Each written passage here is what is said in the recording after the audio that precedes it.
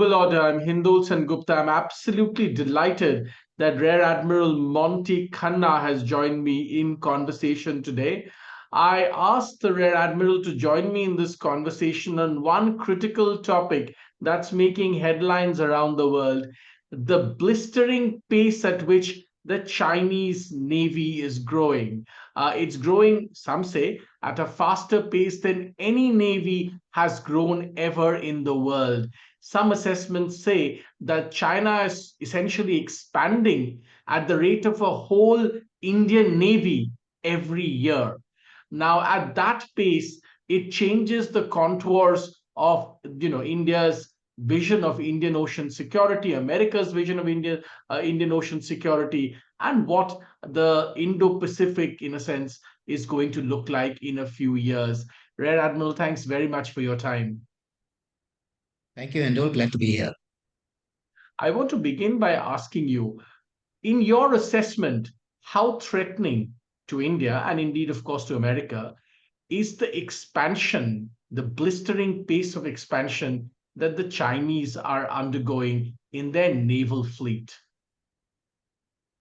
Well, it's a matter of concern. I mean, any country which is expanding the navy at such a pace, so far there have been primarily, of course, being used in the Western Pacific. And while we have seen an increase in the number of ships that have been coming into the Indian Ocean, but I think the numbers still remain small at this juncture. We're talking about roughly around 6 to 7 ships over here at any given time.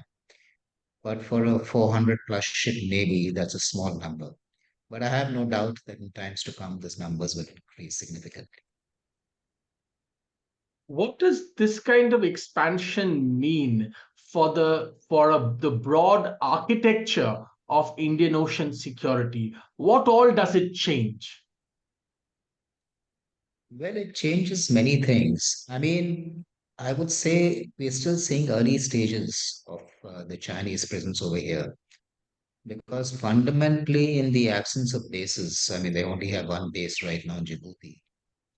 It would still be difficult for them to sustain large number of ships over here for an indefinite period. While they may be able to come in reasonably large numbers for short periods, but to sustain yourself purely with, afloat support in this form of tankers and, some logistics, etc., is not easy. So I would say the fundamental issue still remains basis.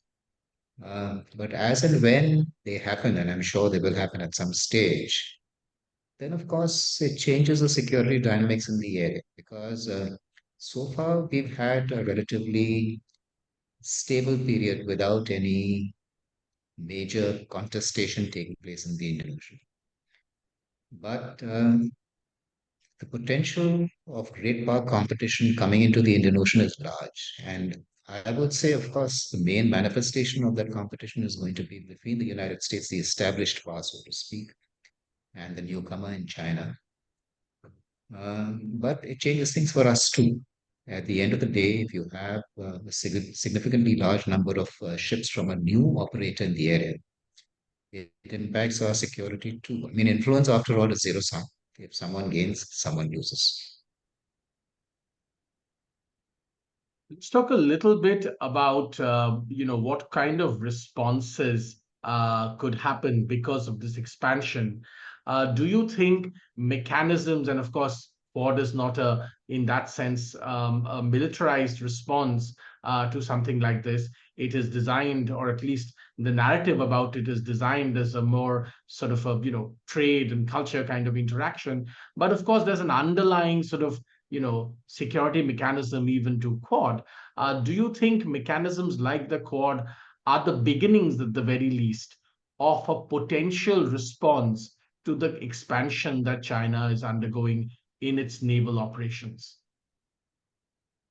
Well, I'm certain, yeah, there will be some sort of new coalitions that will sort of form up. Uh, the exact manifestations of these coalitions, I think, is a little unclear still at this stage. But largely, wherever security interests are aligned, then navies will come together to address those security concerns. Now, how they come together is a matter. which I think is not too clear because, at least for us, in the absence of an alliance structure, uh, insofar as external balancing, so to speak, is concerned, there's only so much you can do. But even there's enough room, for getting many aspects in where you can work together in terms of information sharing, maybe bordering in the realm of intelligence sharing, logistics support, uh, technology support, learning best practices from each other. So this is all outside an alliance structure, of course. I don't see us in the near term getting into a formal alliance with anyone. So people largely depend on homegrown capabilities, and I think that's the way to go. But certainly, wherever you can leverage uh, the capabilities that your friendly foreign nations sort of bring to the table, and if it can help you, those would be leveraged under various different constructs, coordinating one of them. Let's talk a little bit also about one is the expansion of the naval forces itself. Other thing, of course, is you mentioned that China still just has one base, but it also is growing in the number of access it has to various ports. Part of this Bangladesh fiasco, of course, is about that. China building the BNS Sheikh Hasina, providing submarines to Bangladesh. There are, of course, ports in Myanmar, the Habbantota in Sri Lanka, and so on and so forth. And let's not forget to throw it into the ring also question marks about what the Chinese are really doing in Coco Island. How do you see all of these developments? So at times, I feel we tend to overeat also into these. I mean, there are port investments, Hambantota in Colombo, for example, in the South Container Terminal is operated, I think, by China merchants, if I'm not mistaken. Uh, of course, some things are a matter of concern. I think you've already done a program with Commodore AJ Singh regarding, what's happening in Bangladesh, etc. But I would still say there's still a large jump to be made. While you might set up a robust submarine base, while the infrastructure to support Chinese submarines might be sort of coming up because Bangladesh was investing into Chinese submarines. And while even I agree with the facilities that have come up far exceed what is required for a current small fleet of submarines. I mean, you say six submarines and eight ships, but that can expand in the sense that, those eight ships can become eight more submarines also. Finally, it's just berthing arrangements, so your berthing can be anything here. So, but it's still a big leap for a nation to give direct support, uh, uh, especially in terms of combat, to another nation. I think, in my opinion, this will be really a big call for a neighbor to make. Yeah, you're crossing the Rubicon. You know, you're jeopardizing your relations with India for decades together if you cross that Rubicon. And therefore, I think this will be a huge call for any nation to take. So while they might be cautious, while to some degree it might support peacetime activity, if you have a ship which has a defect, it's easy to repair. If you have a submarine that requires some support, it's easy to do. But use of these facilities in combat, I think, is not that easy to do. And therefore, I would think while this might be some degree of a first step in supporting architecture, I don't think it does away for the requirement of hard bases, where you have a firm perimeter that you own and you can use and exploit as and when you want. And I think that requirement is critical for China, for the Indian Ocean. I mean, the geography is well known to you. We share a common border from a maritime standpoint. We're thousands of miles apart. I mean, you take it from Hainan to come to the, let's say, the Central Arabian Sea. Is if you're using Malacca, it's 4,000 nautical miles. If you're using Mumbai Betar, which is the easternmost, I mean, beyond Sunda and Lombok, It's 6,500 nautical.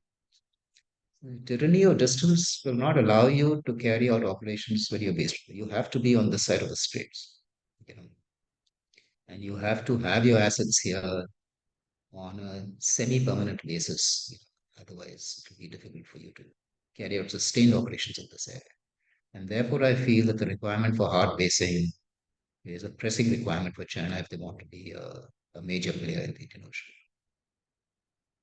Do you think that some of the actions that China is driving forth in the Belt and Road project could enable it to get closer to its goals? One of the issues that has been pointed out, of course, I mentioned a bunch of ports, but I didn't mention also Gwadar, of course.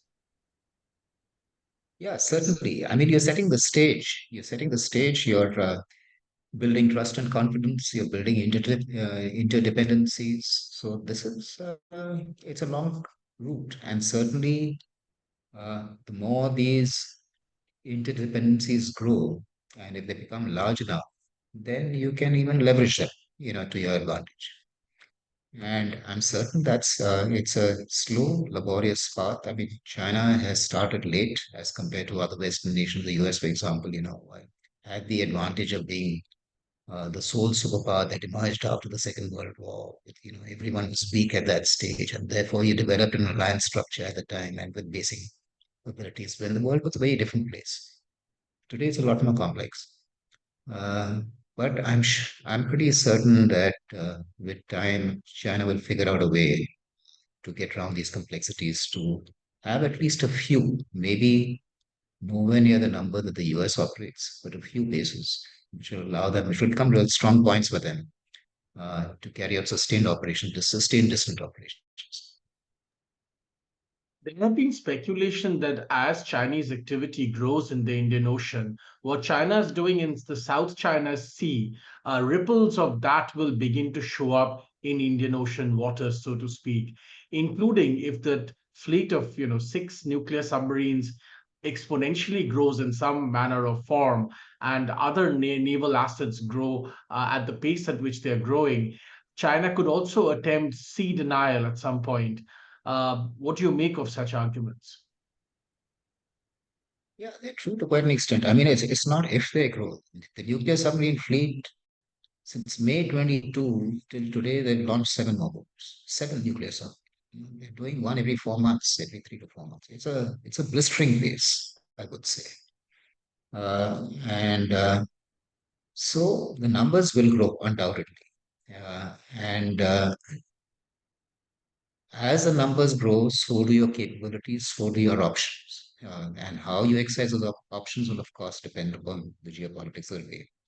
So certainly, with a large submarine fleet, particularly nuclear submarine, which can carry out sustained operations at distant locations, uh, your sea denial ability will be something that other nations have to contend with, India inclusive, that you'll have to contend with that and see how best you can tackle it. So I see that happening uh, maybe in another decade. I would say it's not far because the numbers are already there. Yes, you have to figure out the locations, I think. So again, I come back to basic. If you have a base that can support, I mean, if you take the geography, as I said, 4,000 miles transit, even if you're doing it at 15 knots and then your place submarine sustained, if you're using the the western straits, that is either Malacca or Sunda, then you have to be on surface. Lombok is complex. You might be able to do it at periscope depth, etc., but it's difficult.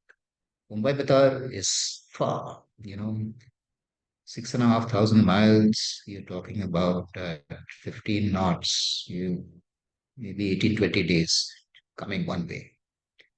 Then if you don't have a base here, you're looking at a return transit at the same time.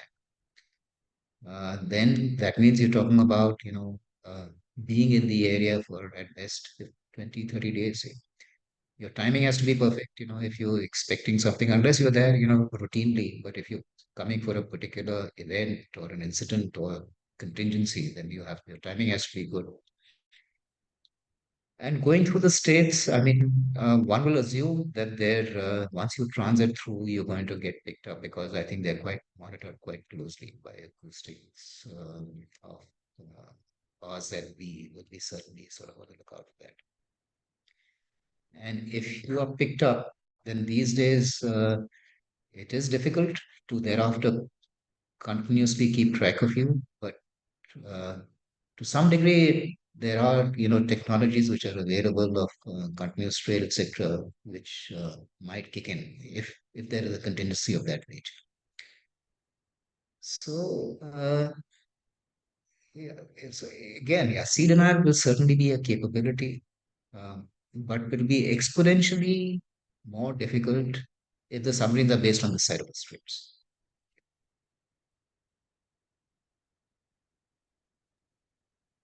Let's talk a little bit about what the response to all of this could be, because there is obviously response that has to come from various countries with whom Chinese naval assets will collide, as of course they're colliding quite vociferously, if I may say so, with Filipino naval assets in the South China Sea. You mentioned the timeline of the next decade. What kind of response could India, for instance, gather during that time? What kind of response could other countries gather? And certainly, what could the American intervention be? So a large part of this will have to result in like-minded partners coming together.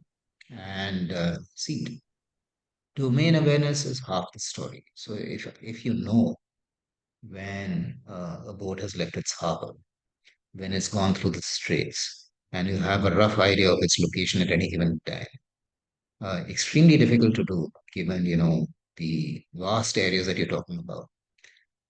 So they will have to be, if you want a higher uh, degree of probability, I mean, it's all matter, there's no surety in all these, then I don't think anyone has got the assets to do it on their own. So there has to be a higher degree of collaboration.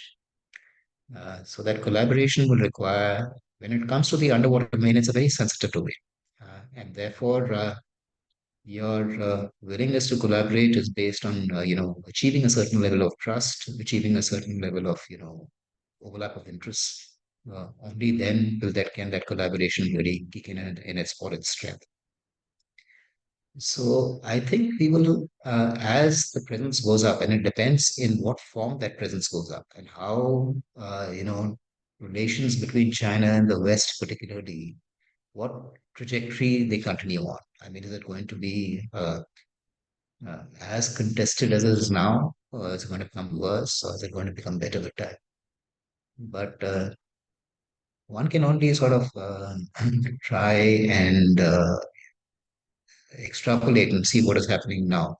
But it seems I don't think there's going to be any great settlement or any great understanding. So I can only see, particularly with the US, I mean, for a country that is, you know, I don't really subscribe to the Thucydides trap, so to speak, that it results in conflict. But I think it will certainly result in contestation. No one is going to cede space willingly. So it's going to be contested if at all, you're going to make sure that that you're going to try and retain whatever advantage you have. The US has got an advantage right now. They're going to try and retain it. So for us, wherever our interests overlap, we can leverage that desire on the Western powers to maintain the status quo. And in that, if it means, when it comes sharing of information, sharing of intelligence, getting technology so that you also improve your own capabilities to track submarines, etc. Uh, these I certainly see increasing with time, all these opportunities. And I'm sure many of them will present themselves as we move. Let me ask you, in a sense, a slightly zoomed out hard question, Admiral. In real terms, India does not, at the moment at least, have the capabilities or the capacities to match up to the expansion that China is, doing of its naval fleet. India is trying to do what it can, but and we of course have this program to really expand the development of the Andaman and Nicobar island series. But even the Bay of Bengal is extremely contested now. Do you think that one of the things that perhaps we had on China, as it were, which is China's, notorious Malacca dilemma, which you also alluded to a couple of times in this conversation, in a sense, will get balanced by this overwhelming growth of their naval power, and therefore this will, in a sense, weaken even that one hold that perhaps India had and others had. And in a sense, if that's true, what can India really do to, in a sense, defend itself? So I don't think the assessment is as bleak as you make it out. It's the tyranny of geography is large. For anyone operating at 4,000 miles from your bases, it's a huge issue that you have to overcome.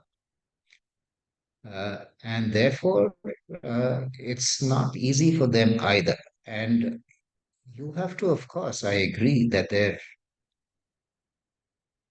Chinese budget today, if you're looking at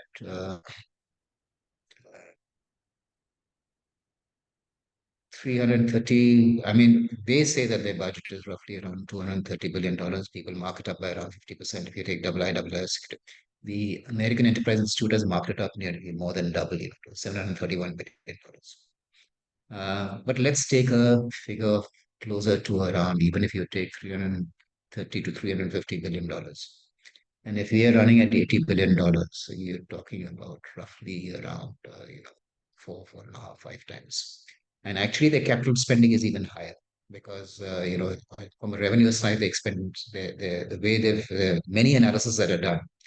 But you're talking about a navy that is expending you in terms of capital assets, in terms of in money terms, yeah, at least 6 times to one.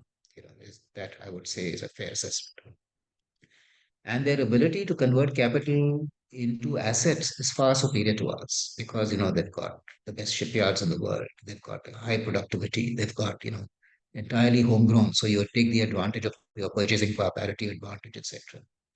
So the asset generation, I would say, in the region of 9 to 10 times ours. That would be a fair comparison in terms of asset generation. So it's a difficult problem that you have. Uh, if you say a navy is growing 9 to 10 times in terms of the assets that generating. But of course, as I mentioned, distance. So the idea is that I would say one of the ways is that you ensure that this contestation does not take place. And so far as we are concerned, of course, the Western Pacific is as it is a complex place. There are many sort of conflicts, potential uh, hot places over there. You've got the Taiwan issue, you've got the Nine Dash Line, you've got the Senkaku Islands. So there are many sort of complexities over there. So that saps them to some extent, because they have to take care of those complexities. When they come here, firstly, they are on extended lines and you are on short lines. And then you have to also look at your any response has to be anchored in asymmetry because you cannot compete with the Chinese in a symmetric way. They will outcompete you if you go symmetric. So you have to look at asymmetric responses. Now, how do you build those asymmetries is the thing that you have to see. So those asymmetries, one way to do it, of course, is that you look at a combination of, if it's maritime versus maritime, it becomes slightly symmetric. But if you're operating 30 degrees south and beyond, then you're not so it's you're not going to influence too much, in the northern region, in the northern part of the Indian Ocean, etc. But as you start coming up, the contestation is not between one maritime force and the other, but the combination of land-based forces and maritime forces versus purely maritime force. So, and the closer you come to the Indian Peninsula, the more the ability of land-based forces to project power into the ocean. Because there you're always constrained by range. If you have shore-based aircraft, if you have shore-based shore-located missiles, Even if you take a 1,500, 2,000 kilometer missile, it can only go that far. But now you start bumping up against a combination of maritime and land-based power. And that becomes asymmetric in nature, because land-based power is all the more difficult to contest. Land-based power can be highly distributed, it can be hardened, it is unsinkable, and you become more and more vulnerable the further and further north you become. So that is a one way that you can look at. Then you have to invest into an asymmetric architecture. Uh, to my mind, going distributed is a good way to go. So if we look at, weaponization, for example, if you're looking at weaponization, if you have to paint as difficult a picture for any force that is operating over here. If we've got, you know, X number of missile armed ships, can we make it 2x? And how do we make it 2x without spending, a whole bunch of money in creating new vessels? Is you see as to what all you can weaponize. Can you weaponize your Coast Guard assets? Can you weaponize your offshore patrol vessels, your training ships, your hydrographic ships? You can't weaponize, at least make them fitted for. Can I slap on missiles wherever and therefore, if you present a distributed architecture, which is uh, becomes much more complicated for a person to keep track, of. Instead of 50 vessels, you're keeping track of 150 vessels. You know what's coming from where, etc. And then I think we have to invest into a new generation of weapons like the anti-ship ballistic missile, etc. Because these are weapons which are very difficult uh, to take down. I mean, you might say that you have assets that you can take them down by using BMD capability, etc. But any ship has got a limited number of weaponry. I mean, even if you take their largest vessels, if you take a Type 55 destroyer, for example, it's 112 tubes. That 112 has to have a mix of air defense, strike weapons, anti-ship weapons, etc. So if you have, a fraction of that deployed for, let's say for BMD equivalent or near BMD capabilities, then you can get saturated quite fast in that sense. So many things that we can do, but largely I would say there is also a requirement that if we consider China to be a threat, then to make all these things happen, we have to adopt a more threat-based architecture. Instead of a so our forces have to adapt instead of having a capability-driven force structure where you say I'm catering for all foreseen threats. In a resource-constrained environment, you have to adopt a more threat-based architecture where I make it potentially hazardous for you to operate near. And I think that adaptation is something that we have to spend a little more time in figuring out the contours of that adaptation and how we go about creating it. Are our plans in the new plans in the Andaman and Nicobar a step in the right direction in what you explained? Absolutely. Your Highlands, I mean, China is spending, billions into creating islands in the Spratlys, three airstrips and four helipads, etc. We are blessed in that we've got these islands which are already there. And the advantage of islands, as I said, is that land-based power. The advantage, of course, is distribution. You can harden, you can protect, and you're unsinkable. And therefore, if you sort of leverage this to your advantage, it's a big plus. And these need to be already a lot of work is done, but a lot more to be done. As we come to the end of this conversation, Admiral, I have one two asked questions to ask, which is you just explained in detail how India could respond. But of course, the other great power, which is watching this with great care and caution, I'm sure, is America. How do you think America's response to all of this will evolve in the coming decade? So I think that's already evolving. I mean, we've already seen so many signs of it. First was this in the Obama administration, if you recollect, the pivot, where I think there was a growing realization that there are long-term contestation is going to be, from China. And therefore, of course, there are many distractions like Russia, etc. But the long-term contestation, and there were many dimensions to that at that stage itself. You had from three attack submarines at Guam, they went up to four, if I'm not mistaken. They put an additional two destroyers into Japan. They put Marines into Darwin. They put modern aircraft. I think the F-22, the Osprey, etc., were brought into Japan. So you saw many sort of parts of that manifesting at that stage itself. The LCS came into Singapore. Uh, but even after that, a lot has happened. The Pacific Defense Initiative, AUKUS, getting submarines into, an AUKUS, and the fast forwarding parts of AUKUS of leasing the initial lot of submarines of the Virginia class of the, I don't know whether it's going to, I think it's Virginia only, to Australia until the AUKUS submarines are ready. So there are many moving parts which are already in play, I would say, in that respect. And then there's a strong outreach for them, because for them to attract powers like India, because if they're looking at a full blown game of, I would say, containment, in some ways, India is a prize in that. So there's a strong outreach. But of course, we also have to be cautious. Cautious, I would say, the way we go down. We are different from Japan, from Australia. We are not an alliance partner. We share a common border with China. That relationship, I would say, has to be managed and cannot, go down, deteriorate beyond the point. Uh, we hope to settle the border issue at least in some way that is mutually acceptable to both parties.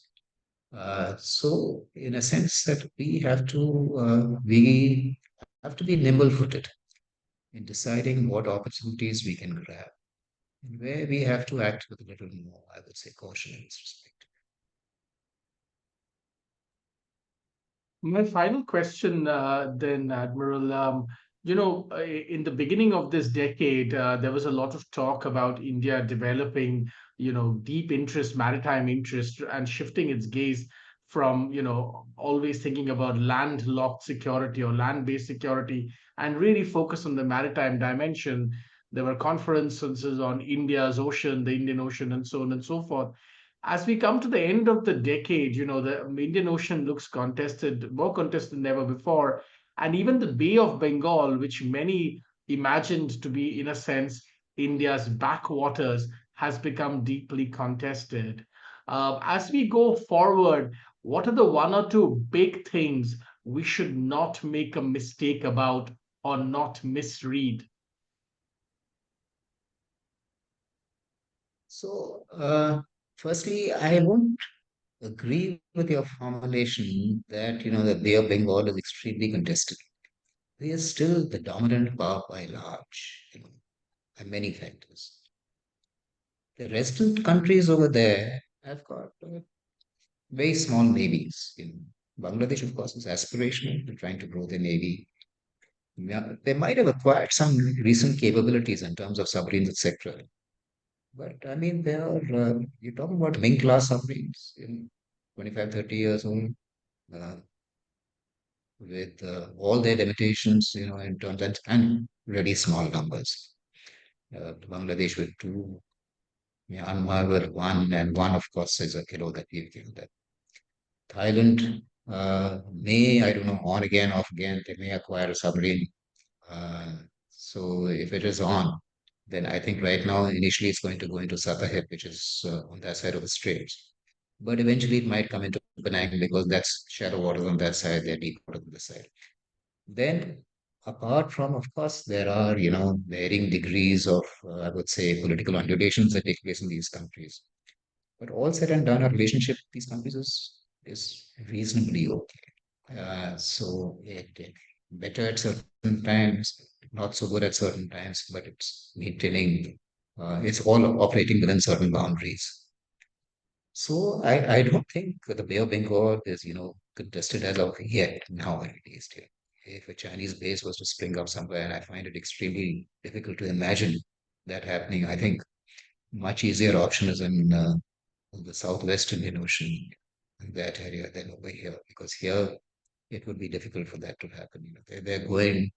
I mean, Myanmar is one country that you can think of in this respect, but even there are underlying, I would say, fault lines in that relationship, which make it difficult for that to happen. So I think the one thing that we have to be cautious about moving ahead and answering your basic question is not to be over dependent on external forces and to reduce your strategic dependencies wherever you can. And I would strongly recommend that we double down on Atmanirbhar. And there will always be, it's a painful process to go through, because you will always feel that homegrown is slow, laborious, requires a lot of handholding before you can develop those capabilities that you want.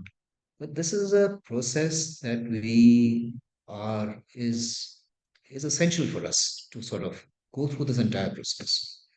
And at the end of it, if we are successful, as China has been successful really in that process, then it significantly increases the options that are available in that sense. So when you're looking at relationships, it should not be out of a position of weakness, that I need to collaborate with you because I need you to support my equipment. I need you for your technology. I need you. It has to be purely out of strategic considerations at that time, not to address dependencies.